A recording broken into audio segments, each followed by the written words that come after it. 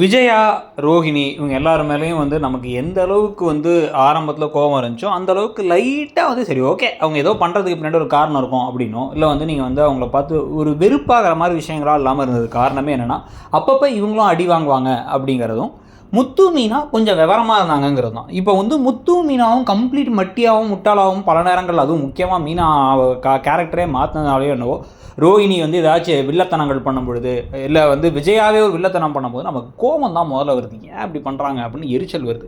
இதில் இப்போ என்ன அப்படின்னா வந்து முத்துவோட ஃபோனை திருடி வச்சு அந்த ஃபோன்லேருந்து ஒரு வேலையை செஞ்சு அந்த சத்யாவோட வீடியோவை லீக் பண்ணி பெரிய பிரச்சனையாகி 5 லட்ச ரூபா பணத்தை வந்து இது பண்ணி கடைசியில் 5 லட்ச ரூபா பணத்தை யார் கொடுக்க வேண்டியதாக போச்சு?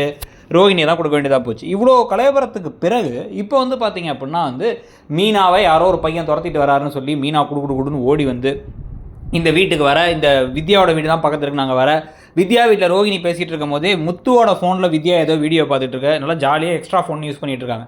இப்போ கையும் களவுமா சிக்கிருவோமோன்னு பயம் வந்துருச்சு மீனா வரும்பொழுது.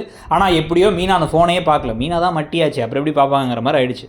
ஸோ அதுக்கு பிறகு தான் என்ன பண்ணுறாங்க அப்படின்னா வந்து அந்த வீடியோவை கொடுத்து அனுப்பி நம்ம என்ன பண்ணலாம் அப்படின்னா அதை வச்சு ஒரு திருப்பத்தை பண்ணிட்டோம். அந்த வீடியோ இருந்துச்சுன்னா என்றைக்கு தான் பிரச்சனை, அந்த ஃபோன் எனக்கு இருந்தாலும் பிரச்சனை, அந்த ஃபோனை கொண்டு போய் வந்து ஒரு கடலில் தூக்கி போட்டுடலாம். அதுவும் சும்மா அடிச்சு உடைக்கலாம் இல்லை, கடலில் தூக்கி போடணும்னு கிளம்பி போகிற வழியில் வித்யாவோட செருப்பு பெஞ்சு கடைசியில் வந்து இந்த முத்து மீனாவுக்கு சம்மந்தப்பட்ட அந்த பாட்டி தாத்தா இருக்காங்களா, செருப்பு தைக்கிற பாட்டி தாத்தா, அவங்கக்கிட்டேயே வந்து செருப்பை தச்சுட்டு போகும்போது ஃபோனை கீழே விட்டுறாங்க.